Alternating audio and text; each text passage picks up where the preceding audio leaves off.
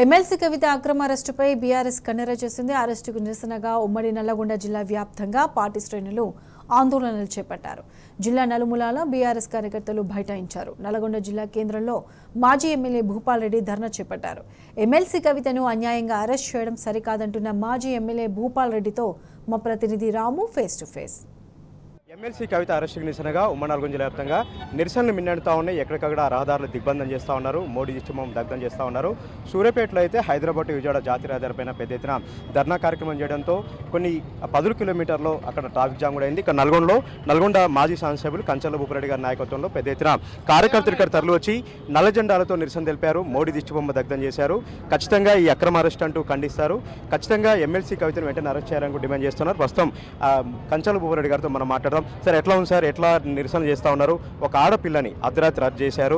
ఏమాత్రం సమాచారం ఇవ్వకుండా సుప్రీంకోర్టులో కేసు ఉన్నప్పటికీ కూడా నిన్ననే మోడీ వచ్చారు, ఏమంటే ఈడీ వచ్చింది. దీన్ని ఎట్లా అర్థం చేసుకోవాలి?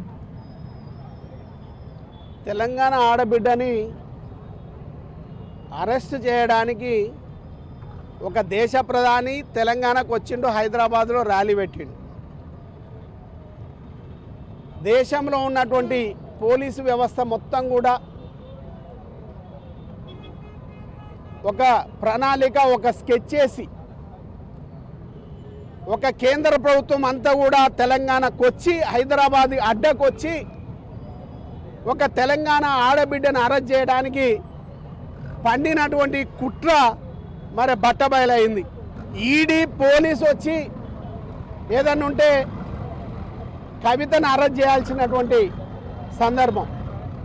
అట్లాంటిది నరేంద్ర మోడీ ఈ తెలంగాణకు వచ్చి ఒక తెలంగాణ ఆడబిడ్డకు సంఖ్యలు వేసి తెలంగాణ ఆడబిడ్డని అరెస్ట్ చేసుకొని తీసుకుపోయిందంటే మరి ఏ విధమైనటువంటి దుస్థితి ఉందో ఒకసారి ఆలోచన చేయాలి. నేను ఈరోజు ఈ వేదిక ద్వారా నరేంద్ర మోడీని అడుగుతా ఉన్నాను, కవిత చేసిన తప్పేందో ఈ దేశ ప్రధానిగా నరేంద్ర మోడీ చేసిన తప్పు తక్కువేమో ఒకసారి ఆలోచన చేయమని అడుగుతున్నా.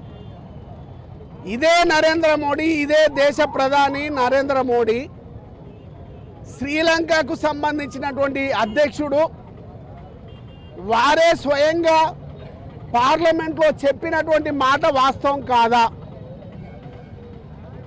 మా దేశంలో ఆదానికి నరేంద్ర మోడీకి సంబంధించినటువంటి ఆదానికి నరేంద్ర మోడీ చెప్పితే, ఒక భారతదేశ ప్రధాని చెప్పితే 5,000 నుంచి 6,000 కోట్ల కాంట్రాక్టు మేము ఆదానికి ఇచ్చినాము అని ఒక శ్రీలంక అధ్యక్షుడు చెప్పిండంటే మరి దాంట్లో ఈడీ మధ్యవర్తిత్వం, మీడియేషన్, అక్రమం నరేంద్ర మోడీది కాదా?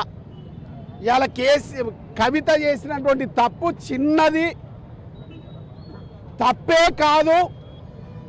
ఒక సుప్రీంకోర్టులో కూడా జరుగుతున్నటువంటి మాటలని ఇదే ఈడీ పోయి చెప్పింది. ఆ మాటలకు కూడా రేపు 19వ తారీఖు నాడు పోస్ట్పోన్ చేసినటువంటి మాటలను కూడా పక్కకు పెట్టి కవితను అరెస్ట్ చేయాల్సినటువంటి అవసరం ఏమొచ్చిందో ఒక్కసారి ఆలోచన చేయాలి. నిన్ననే ఈరోజు నోటిఫికేషన్ పడుతుంది పార్లమెంటు. మరి పార్లమెంటు ఎన్నికల నోటిఫికేషన్ పడే సందర్భంలో కవితను అరెస్ట్ చేయాల్సినటువంటి అవసరం ఏముంది ఒక నిర్దోషిని? ఈ నేపథ్యంలోనే సార్ కోమటిరెడ్డి కూడా అంటా ఉన్నారు, బీజేపీ బీఆర్ఎస్ ఒకటే అంటున్నారు. సార్, ఈ చర్యతో, ఈ ఘటనతో ఏం చెప్పదలుచుకున్నారు? బీజేపీ బీఆర్ఎస్ ఒకటే అంటే వరకు ఏం సమాధానం చెప్తారు? బీజేపీ బీఆర్ఎస్ ఒకటైతే కవితను ఎందుకు అరెస్ట్ చేస్తారు? మెదడున్నోడు మాట్లాడాల్సినటువంటి మాటలు కావు.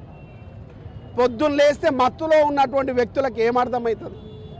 ఒక ఆడబిడ్డను అరెస్ట్ చేసిండ్రు, ఈ తెలంగాణ కోసం పోరాటం చేసి తెలంగాణ రాష్ట్రం సాధించడానికి ప్రయత్నం చేసినటువంటి ఆడబిడ్డను అరెస్ట్ చేసిందని ఈ తెలంగాణ ప్రజలు బాధపడుతుంటే మత్తులో ఉండి బీజేపీ పార్టీ బీఆర్ఎస్ పార్టీ ఒకటే అనే వ్యక్తులకు ఏం చెప్పాలి? చోటాబాయి చెప్తే బడాబాయి నిన్న కవితను అరెస్ట్ చేసిర్రు. ఈ రాష్ట్ర ముఖ్యమంత్రి మరి మాట్లాడిన మాటలు ఈ తెలంగాణ ప్రజలందరూ కూడా తెలుసు. నరేంద్ర మోడీ బడాబాయ్ అయితే నేను చోటాబాయ్ అని చెప్పిండు. మరి చోటాబాయ్ చెప్తేనే కదా ఇవాళ కవితను అరెస్ట్ చేసింది. ఇవాళ అందులో భాగంగానే ఇవాళ కాంగ్రెస్ పార్టీ బీజేపీ పార్టీ రెండు ఒకటిగా ఈ తెలంగాణలో కేసీఆర్ గారిని ఎదుర్కొనే ప్రయత్నం చేస్తూ ఉన్నారు. కానీ బీజేపీ పార్టీ కాంగ్రెస్ పార్టీ రెండు జాతీయ పార్టీలు ఏకమైన ఈ తెలంగాణ ప్రజలను కేసీఆర్ గారిని విడదీయలేరు. కేసీఆర్ గారిని బీఆర్ఎస్ పార్టీ టీఆర్ఎస్ పార్టీని ఏమీ చేయలేరు. పార్లమెంట్ ఎన్నికలు వస్తున్నాయి సార్, ఈ నేపథ్యంలో అరెస్ట్ జరిగింది. బీఆర్ఎస్ పార్టీ ఆత్మస్థైర్యం దెబ్బతినేలాగా, కార్యకర్తలు నిరుత్సాహపడేలాగా ఇదంతా జరిగిందా? పార్లమెంటు స్థానాలు రాకుండా జరిగిందా? కుట్ర జరిగిందా? పక్కా ఎలక్షన్ నోటిఫికేషన్ రేపు వస్తుందనంగా ఇవాళ అరెస్ట్ చేసిరంటే బీఆర్ఎస్ పార్టీకి సంబంధించినటువంటి నాయకులని ఆత్మస్థైర్యాన్ని దెబ్బతీయడానికి ప్రయత్నం చేస్తున్నారు. కానీ ఈ యొక్క బీఆర్ఎస్ పార్టీ టీఆర్ఎస్ పార్టీకి ఇవేం కొత్త కాదు, కేసీఆర్కి ఇదేం కొత్త కాదు. ఆనాడు ఉద్యమాన్ని నీరుగార్చే ప్రయత్నంలో ఎన్నో ప్రయత్నాలు చేసిర్రు సీమాంధ్ర నాయకులు. అయినా కానీ ఏమి వెనుక పోలే. తెలంగాణ సాధించినటువంటి వ్యక్తి కేసీఆర్ గారు. మరి అందులో భాగంగా తెచ్చిన తెలంగాణ అభివృద్ధి అవుతుంటే ఓర్వలేక ఇవాళ బీజేపీ పార్టీ కాంగ్రెస్ పార్టీ ఉమ్మడి ఆంధ్రప్రదేశ్ సంబంధించినటువంటి నాయకులందరూ కూడా కుట్రలు వండి ఈ తెలంగాణ రాష్ట్రాన్ని విచ్ఛిన్నం చేయాలి, కేసీఆర్ గారిని ఇబ్బంది పెట్టాలి, కేసీఆర్ గారి కుటుంబాన్నే లేకుండా చేయాలి, ఈ తెలంగాణ పార్టీ తెలంగాణనే లేకుండా మళ్ళీ తెచ్చిన తెలంగాణని విచ్ఛిన్నం చేసి మళ్ళీ ఉమ్మడి ఆంధ్రప్రదేశ్ను ఉమ్మడి రాష్ట్రంగా చెయ్యాలనే కుట్రలు వండుతూ ఉన్నారు. దాన్ని ఈ తెలంగాణ ప్రజలు దృష్టిలో పెట్టుకొని తెచ్చిన తెలంగాణని విచ్ఛిన్నం కాకుండా తెచ్చిన తెలంగాణని కాపాడుకోవడానికి ఈ తెలంగాణ రాష్ట్రంలో ఉన్నటువంటి ప్రజలందరూ కూడా ఏకమై భారతీయ జనతా పార్టీకి కాంగ్రెస్ పార్టీకి రెండు జాతీయ పార్టీలకు రేపు పార్లమెంట్లో బుద్ధి చెప్పాల్సినటువంటి అవసరం ఉందని తెలియజేసుకుంటూ ఏదైతే అక్రమంగా అరెస్ట్ చేసిందో కల్వకుంట్ల కవిత నిర్దోషిగా తిరిగి వచ్చే రోజు వస్తుంది. ఈమె పాపం ఉత్తగా పోదు. ఈ పాపం భారతీయ జనతా పార్టీకి కాంగ్రెస్ పార్టీ కూడా అంటుకోవడం జరుగుతుంది. Thank you sir. ఈ విధంగా పెద్ద ఎత్తున ధర్నా కార్యక్రమం నిర్వహిస్తూ ఉన్నారు. ఎక్కడికెళ్ళినా కూడా నిరసన కార్యక్రమాలు మిన్నడుతూ ఉన్నాయి. బేషరతుగా ఎమ్మెల్సీ కవితను విడుదల చేయాలి, ఏ తప్పు చేయకపోయినా కూడా ఒక రాజకీయ కక్షతో కక్షపూరితంగా వ్యవహరిస్తున్న బీజేపీ పార్టీకి వచ్చే ఎన్నికల్లో ముందు రోజులు తగిన బుద్ధి చెప్తామని కూడా ఇక్కడ ఉన్నటువంటి బీఆర్ఎస్ నాయకులు మనతో చెప్తా ఉన్నారు. కెమెరా పర్సన్ భీమేష్తో రాము టీవీ, నల్గొండ.